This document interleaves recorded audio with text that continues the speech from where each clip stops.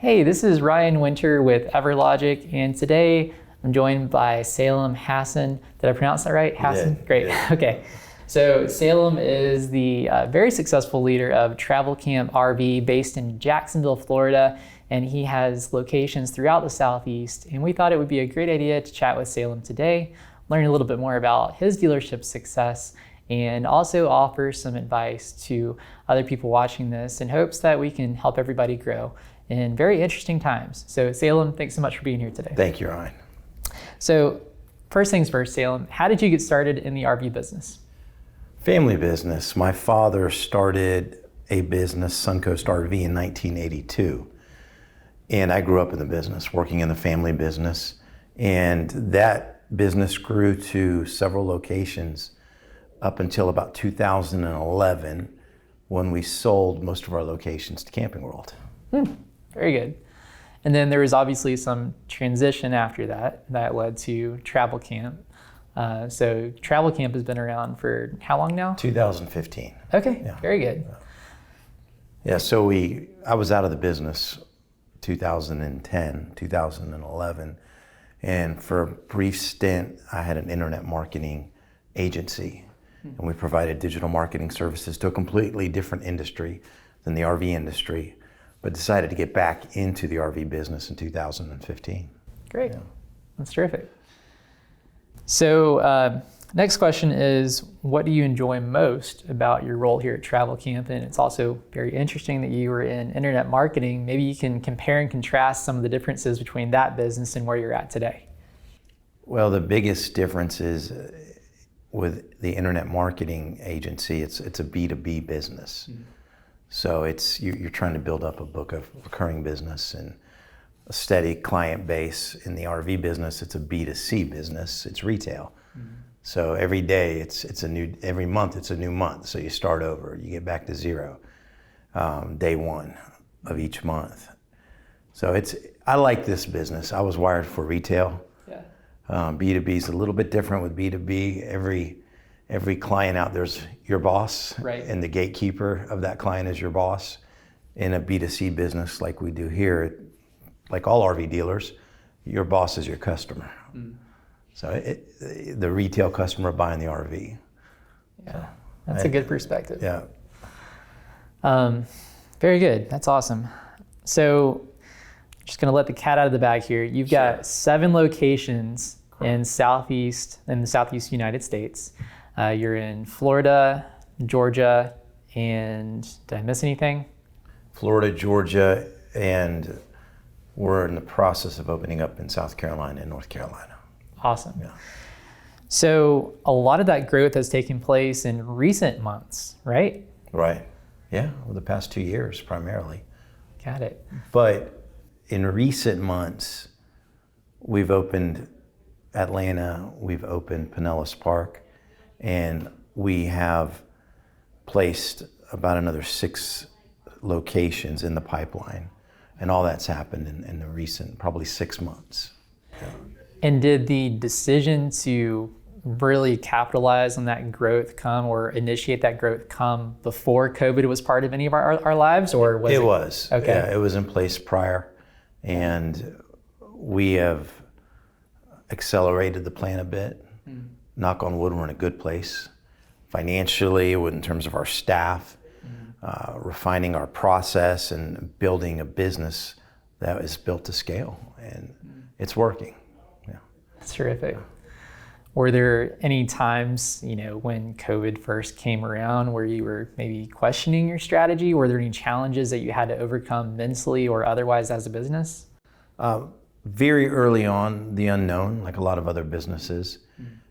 And it was short term. In our industry, we saw the RV business soar, as everyone knows, fast. Mm-hmm. So during about the first 3 or 4 weeks of COVID, that was the unknown. Right. And after that, it's been a steady increase ever since. And we've maintained that increase. I would have expected it to start to level off the demand by now, but it has not. Right. It has not. That's incredible. Yeah. Yeah, it seems like that's an industry-wide trend for the most part, Certainly, I'm sure there's some out there who are maybe not experiencing the same level of growth as Travelcamp or the pace of growth as Travelcamp. But you're still a business, and every business has challenges and hurdles to overcome. So what are some of the profound challenges that you can recall, maybe during the COVID years, which we're still in, Sure.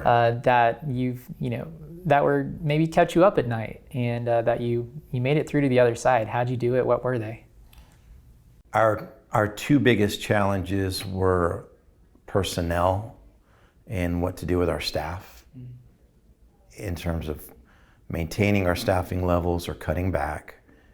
And we made a decision not to terminate anybody during that early COVID period. And it worked out for us. We did scale back schedules a bit, less hours, but it was minimal and it was only for a short period. The second challenge was inventory. I think early COVID, there were a lot of dealers canceling orders because of the unknown. We did not cancel orders. We took everything we committed to and left those orders in the pipeline. And I think that certainly helped us, especially now when inventory is scarce. Most of the manufacturers continue to provide us product steadily. Wow, that's huge. And you don't have to give any trade secrets or anything, but were there any strategies or techniques that you feel like you employed with the manufacturers to make sure that inventory kept coming steadily? Just good dialogue and honoring our commitments to take that product during that time. So we're fortunate we have good relationships with our manufacturers. We try to not make the process complicated with our manufacturers. They don't like resistance, and they work directly with our store managers. They have budgets, and they order the product. The general managers of the stores order the product and work within their budget. And it hasn't always been like that. It's taken us some time to get there as we're growing, but we have an inventory controller in our back office, and all that person does is just control the budget, issue the purchase orders, process the orders. But for the most part, it's our general managers ordering product, forecasting out product with the reps directly.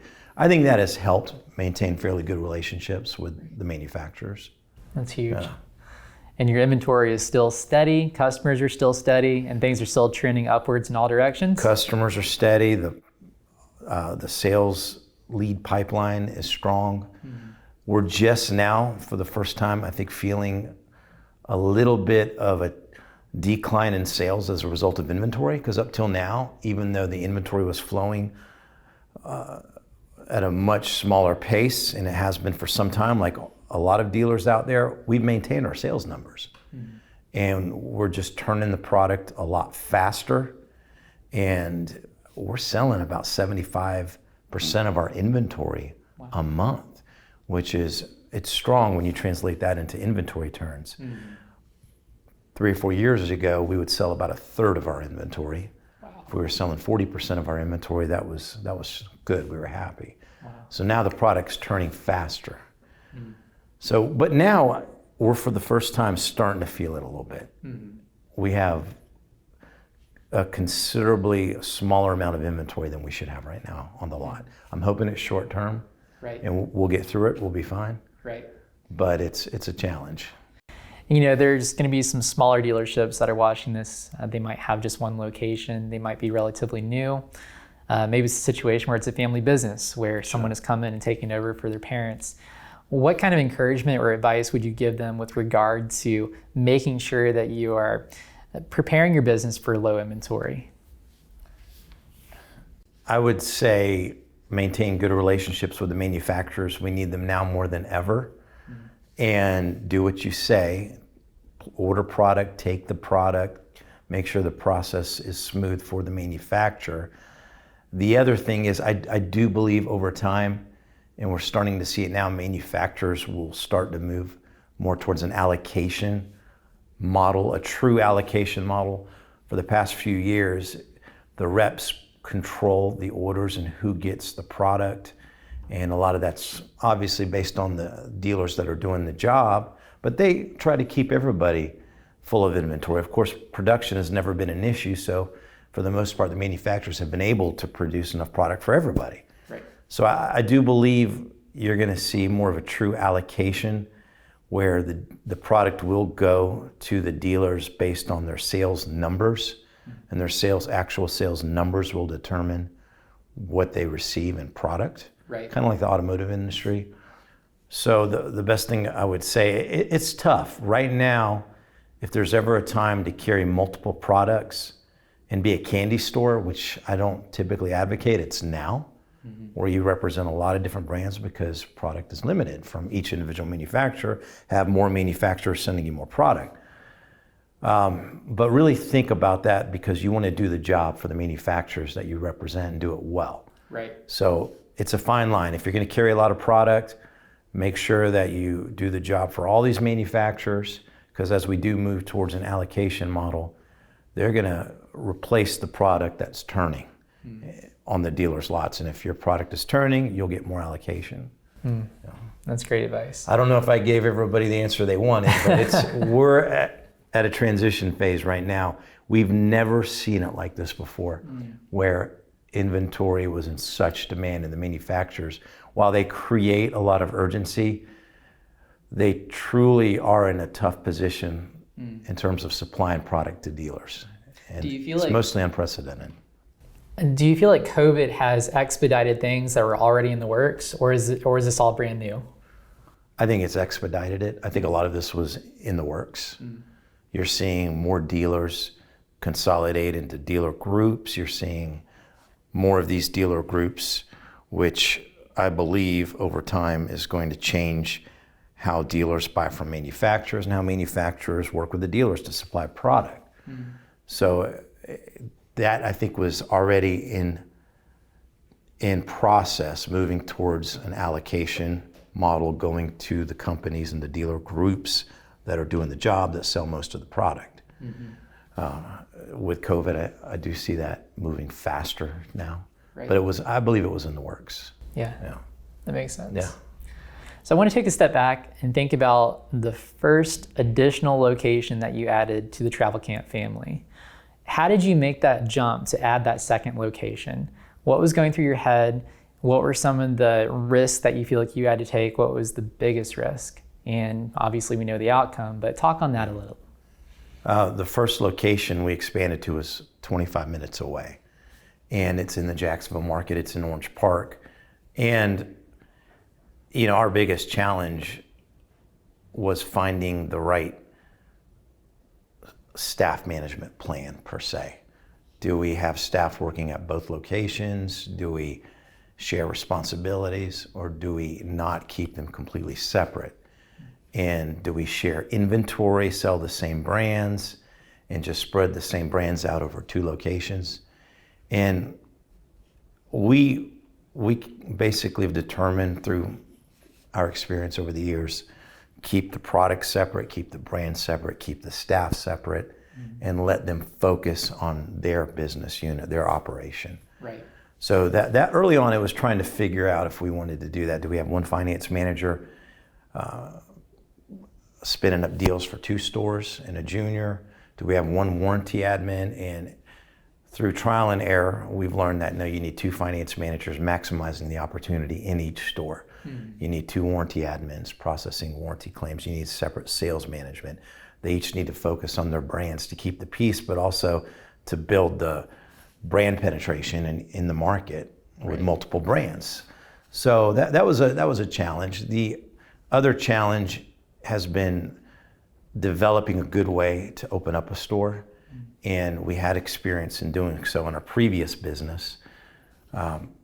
But really getting good at that, onboarding the right people, interviewing, onboarding, training has been a big concern, retention. And we are just now getting to a place to where we have a pretty good process in place for opening up a store, staffing, onboarding, training, recruiting, all of that. And it's not something we were able to accomplish in our second store, our third store, our fourth store. Just now that we're getting into number 6 and about to open number 7 as well, we're just now able to say we have a fairly good plan at opening a store, staffing it, and operating that store.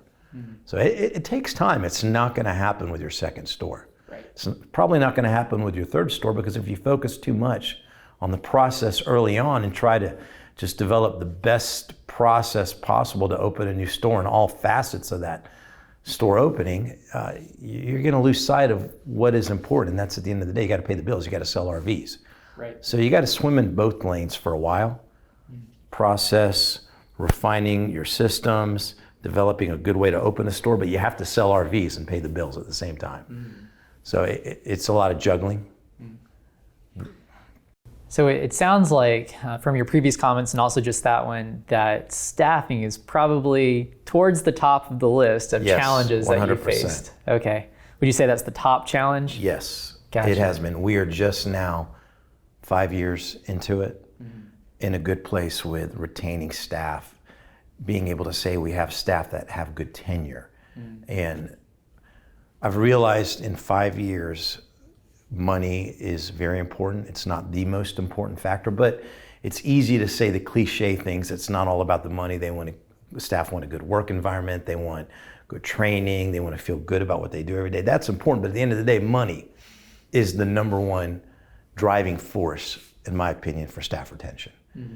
And we have committed, as of about 2 years ago, to pay on the higher end in all positions. And we have taken off the table the issue of money. Now it's a matter of ensuring our staff are happy, they feel good about what they do every day, they have a good work environment, they get the proper training and support. And a lot of our staff, they've seen this growth happen real fast. So at the same time, while it's not always cohesive by any means, they see what we're doing and what we're accomplishing and where we're going. And they're making a lot of money along the way. So it seems to be working, because we can't grow fast, which our objective has been to grow fast, which that's not always the best, but for us, the market is strong and we have the experience, we have the talent. And I'm 47 years old. What else am I going to do but work and grow a business? They see that. They see what we're doing. They like being part of that. That's huge. Well, certainly, I mean, it goes without saying, and I'm sure you wouldn't say this because you're a super humble man, but your leadership has certainly taken this group of dealerships to the next level in so many ways. And I can tell that your staff really admires what you're doing as well. But there's certainly something you mentioned earlier too, and that is processes. Right. So processes are things that take time to develop, but to support those processes, you need systems, right? Now, we don't have to peel back the curtains all the way here, but can you talk a little bit about some of the systems that have maybe helped you? And it goes without saying that we're with EverLogic, so I wonder if you could talk on how EverLogic has played into the story of Travelcamp as well. Sure. Well, my experience with EverLogic is good all the way around. And I would say being able to manage multiple locations, and I know EverLogic was originally developed with the idea of being a software solution for multiple locations early on, that has made a real difference for us, being able to manage multiple locations.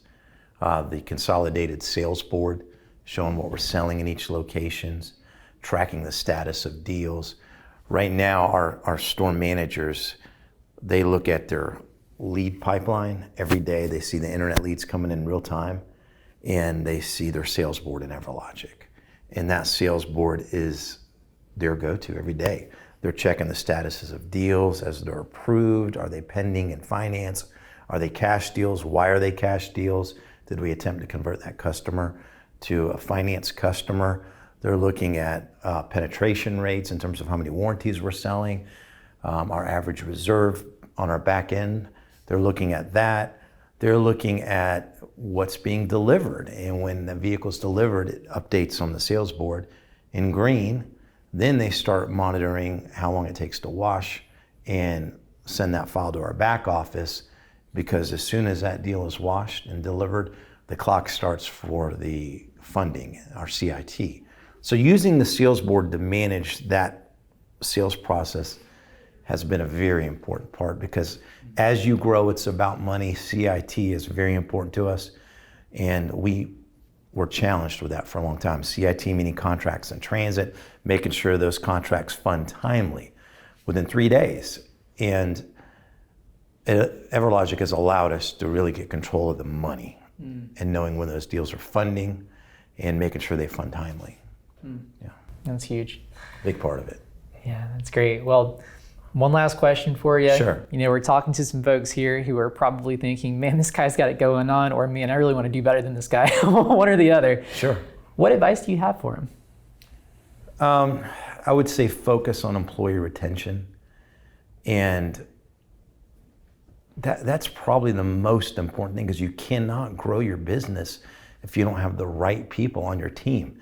And again, it sounds cliche, but it's not. If you don't have the right people, and if you can't put somebody in a seat and help them be the best they can be and hone their craft, then how are you going to move on to something else? You can't. Especially if that person doesn't last and you have to go back and restaff that position and start all over. So employee retention, hire slow, fire fast, take your time in hiring the right people and making sure that your business is the best fit for them and they're the best fit for your business. Because if you just hire fast and you have the mentality that you're just gonna try different people out in the position and somebody will land eventually, that's not the way to go. If somebody lands eventually that does the job, that's a win. That's not a win, because as you go through that process and you're trying people out over and over and your other staff see multiple people going in and out of that position, it's not a good message. Hire slow, hire the right person, give them your everything in terms of comp, within reason, training, support, and put that position to bed so you can move forward. Yeah. That's huge. Well, Salem, thank you so much for your time today. I know this has been encouraging and enlightening for me, and hopefully it has for all of you as well. Just want to take a moment to say, if you would like to be a part of something like this, please reach out. You can email us at ryan@everlogic.com. That's my personal email address. So that's ryan@everlogic.com. And we are so grateful again, Salem, wishing you all the best at Travelcamp and for all of your team to thrive. Glad to participate. Awesome. Thank you so much. Thank you.